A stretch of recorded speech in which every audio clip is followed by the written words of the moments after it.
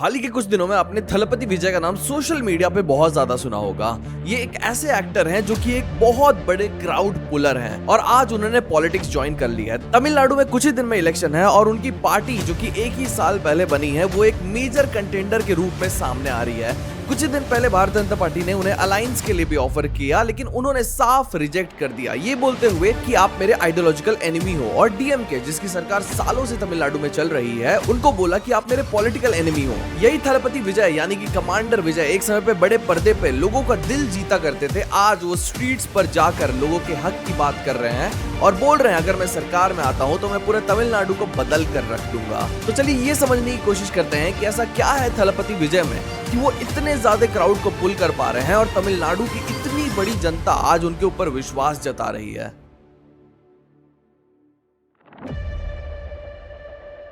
विजय यानी कि थलपति विजय का जन्म 22 जून 1974 को चेन्नई में हुआ। उनका जन्म एक ऐसे परिवार में हुआ था जिसका पहले से ही तमिलनाडु के सिनेमा में एक बहुत बड़ा नाम था। पिताजी का नाम था S.A. चंद्रशेखर और माताजी शोभा चंद्रशेखर। इनके पिताजी ने 70 से भी ज्यादा फिल्में डायरेक्ट करके रखी थी और सिनेमा का इनको बहुत ही ज्यादा नॉलेज था। और वहीं अगर माताजी को देखे तो वो एक बहुत ही फेमस प्लेबैक सिंगर थी। यानी कि कहीं ना कहीं आप ये बोल सकते हैं कि विजय का एक एक्टर बनना शुरू से ही डेस्टिन्ड था। बट आप ये जानकर हैरान होंगे कि उनके पिताजी कभी भी ये नहीं चाहते थे कि वो बड़े होकर एक एक्टर बने, वो बल्कि ये चाहते थे कि वो बड़े होकर एक बहुत ही बड़े पॉलिटिशियन बने और लोगों की जिंदगी बदले। इसके बाद समय आगे बढ़ता है। थलपति विजय स्कूल में वैसे तो इतना अच्छा पढ़ा नहीं करते थे। उनके टीचर्स ये बताते हैं कि पढ़ाई में वो बहुत ही ज्यादा कमजोर थे, लेकिन उनकी एक्टिंग बहुत ही ज्यादा अच्छी थी।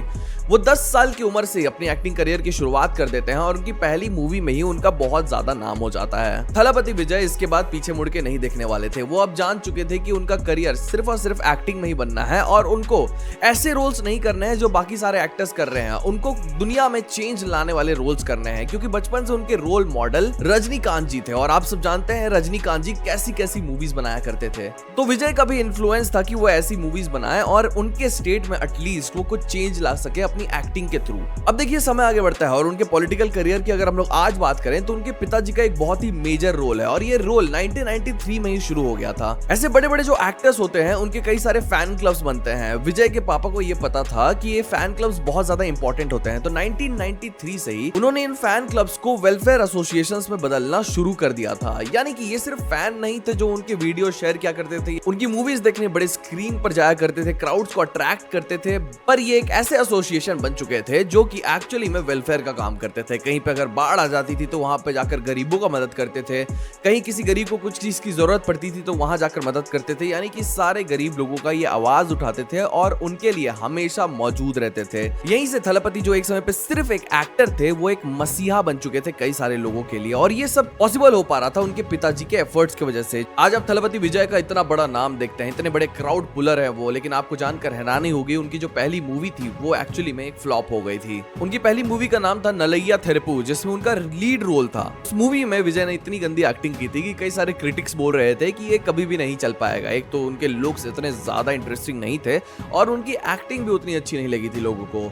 लेकिन थलपति हार नहीं मानते हैं और आगे जाकर और मूवीज करते हैं। आगे जाकर उन्होंने रशिगन जैसी मूवीज की 1994 में, जो कि 175 डेज तक लगातार सिनेमा में थिएटर में लगी रही। यहीं से फैंस उन्हें इलैया थलपति यानी कि यंग कमांडर के रूप में बोलने लगे और उनका नाम ही थलपति पड़ गया। फिर आया वो दौर जिन्होंने थलपति की पूरी जिंदगी बदल दी। ये 1996 से 2000 तक का दौर था। उन्होंने इस दौर में कई सारे मूवीज किए और कई सारे तमिल इंडस्ट्री के अवार्ड्स भी जीते, जिससे थलपति का नाम तमिल इंडस्ट्री में बहुत ही ऊंचा हो गया था। अब हर एक आदमी, हर एक लड़का तमिलनाडु में और साउथ इंडिया में सिर्फ और सिर्फ थलपति के बारे में बात करने लगा। आपको अब यहाँ पे ये भी जानना है कि साउथ इंडिया में खुद अलग अलग तरीके के लैंग्वेजेस हैं और उनके सिनेमा भी अलग अलग होते हैं, जैसे कि मलयालम, तमिल, तेलुगु, और इन सब फैंस के बीच में एक लड़ाई सी होती है कि सबसे बेस्ट पिक्चर कौन बना पाएगा। लेकिन थलपति विजय एक ऐसे एक्टर बनते हैं जो इन सारे लैंग्वेजेस में अपना नाम करते हैं और सबके फैंस थलपति को अडोर करते हैं। दैट्स व्हाई थलपति की मूवी अगर मलयालम में भी रिलीज होती थी तो वहां के फैंस जो होते थे वो पागल हो जाते थे और उनकी मूवीज को पहले दिन देखने जाते थे। मलयालम इंडस्ट्री के जो सुपरस्टार थे वो खुद मानते ये थे कि थलपति विजय से बड़ा एक्टर कोई है ही नहीं और थलपति विजय की कोई सी भी मूवी किसी भी लैंग्वेज में रिलीज हो वो एक ब्लॉकबस्टर बनेगी ही। एक समय पे शाहरुख खान ने एक स्टेटमेंट दिया था कि he is the last of the stars. लेकिन थलपति विजय ने इस स्टेटमेंट को भी कहीं ना कहीं गलत प्रूफ कर दिया है जब उन्होंने अपनी लेटेस्ट मूवी के लिए 250 करोड़ रुपए चार्ज किए थे। लास्ट एक्टर जिसने 250 करोड़ रुपए एक मूवी के लिए चार्ज किए थे he was Shahrukh Khan himself. लेकिन अब थलपति विजय एक मूवी के लिए 250 करोड़ चार्ज कर रहे हैं जो कि इंडियन सिनेमा में भी नहीं बन रही, यानी बॉलीवुड में भी नहीं बन रही है। थलपति विजय का एक्चुअल पावर जो आता है वो पैसे से नहीं आता है, वो उनके फैन बेस से आता है। अब इसके बाद होना क्या था, इसके बाद समय आगे बढ़ता है और वो कई सारे और मूवीज करते हैं। लेकिन अभी हाल ही की अगर मूवीज की बात करें तो वो ऐसे मूवीज करने लगते हैं जो सीधा पॉलिटिकल लीडर्स को टारगेट करती है, यानी कि तमिलनाडु के पॉलिटिकल स्पीयर को एक्सपोज करती है। उन्होंने हाल ही में सरकार जैसी मूवीज की है जिसमें उन्होंने पॉलिटिकल स्पीयर के अलग अलग लूप होल्स को दिखाया है कि कैसे पॉलिटिशियंस गरीबों को लूटने का काम करते हैं और ये पॉलिटिक्स बिल्कुल ही अनफेयर है। इन मूवीज को देखने के बाद ये जो आर्मी थी उनकी फैन की, ये सीधा मांग करने लगती है कि रियल लाइफ में आप हीरो तो हो, हम चाहते हैं कि आप रियल लाइफ में भी हीरो बनो। और थलपति इसके बारे में बहुत ज्यादा सोचते हैं।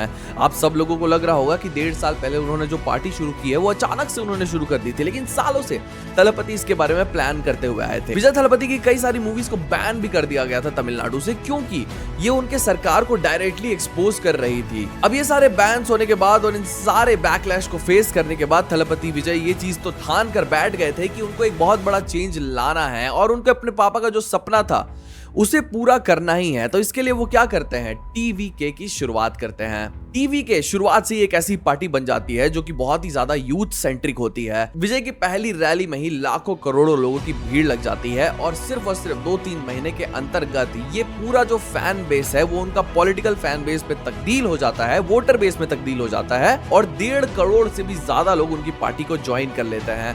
आज आप देख रहे होंगे उनके रैलीज के वीडियोस, अलग अलग जगह पर जब वो जाते हैं तो उनके रैलीज में लाखों लोग आते हैं। These are not paid people, ये सारे वो लोग हैं जो थलपति विजय का सिर्फ और सिर्फ एक झलक देखना चाहते हैं। और थलपति विजय एक्टिंग करने के लिए नहीं आए हैं पॉलिटिक्स में, वो एक्चुअली में काम करने के लिए आए हैं। वो विश्वास करते हैं वर्ड बेस्ड पॉलिटिक्स पर नहीं बल्कि वर्क बेस्ड पॉलिटिक्स पर। थलपति विजय के कई सारे इवेंट्स में स्टैम्पीड जैसे माहौल भी हो गया था क्योंकि भीड़ इतनी ज्यादा लगती है, तभी वो एल्डरली लोगों को मदद करने की कोशिश भी करते हैं। इतने भीड़ में भी कोई चश्मा फेंकता है उनके पास तो वो चश्मा पहन लेते हैं और उनको थैंक यू बोलते हैं। उनकी वीडियो वायरल हो जाती है सोशल मीडिया पे, ये सारे लाखों करोड़ों हिट्स लाती है। लेकिन हमने हिस्टोरिकली ये चीज देखा है कि सोशल मीडिया पे अगर कोई बंदा फेमस होता है तो उनका ये जो फेम है वो एक्चुअली वोट्स में तब्दील नहीं हो पाता है। आप फॉर एग्जांपल प्रशांत किशोर को ही ले लीजिए। पिछला आपको बिहार इलेक्शन याद होगा, प्रशांत किशोर का डंका हर एक चैनल पर बज रहा था। उनके वीडियोस में मिलियंस ऑफ व्यूज आ रहे थे लोग, लेकिन ग्राउंड लेवल पर बोल रहे थे कि प्रशांत किशोर बिल्कुल भी एक सीट नहीं जीत सकते हैं, लेकिन सोशल मीडिया पे उनको जितवा दिया गया था। थलपति के लिए भी सोशल मीडिया पे एक ऐसा माहौल बना दिया गया है कि ही इज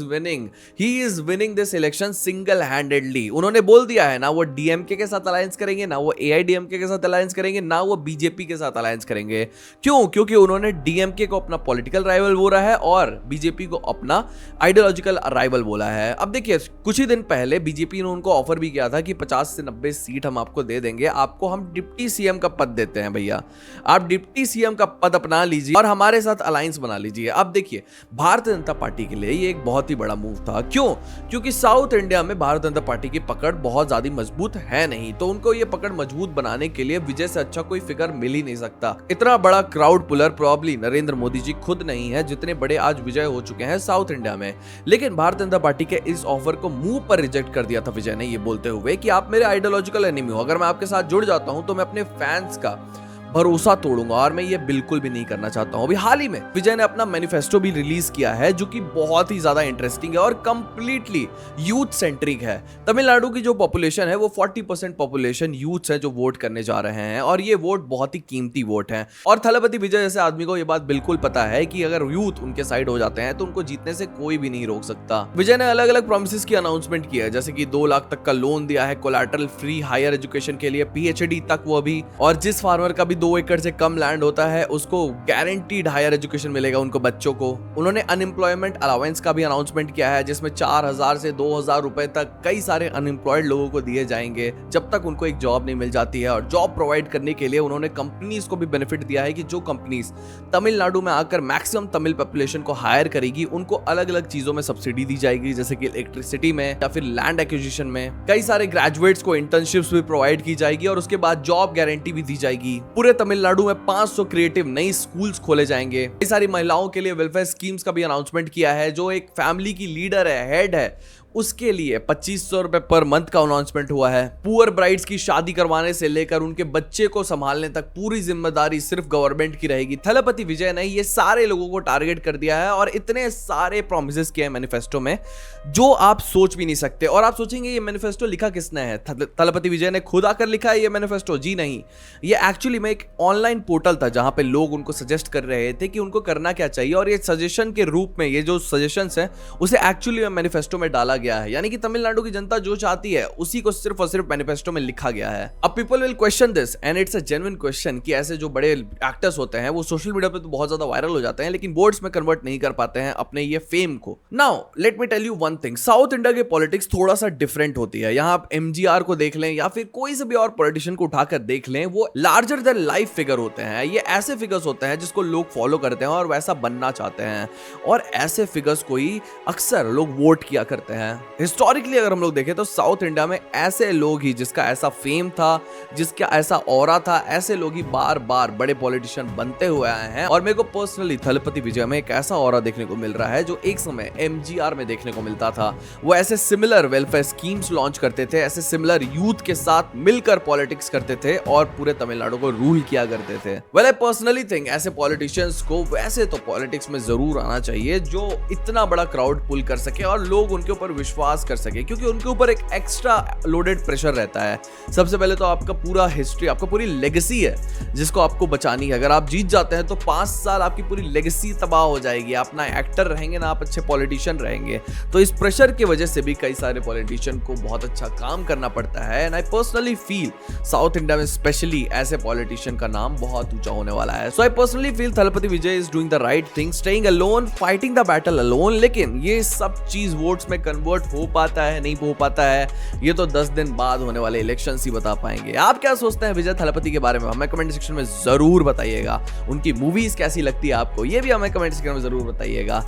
हम ऐसी वीडियोस बनाते रहते हैं तो हमारे चैनल को सब्सक्राइब करके जाना मत भूलिएगा। आज की वीडियो से इतना ही, मिलता है अगले वीडियो में।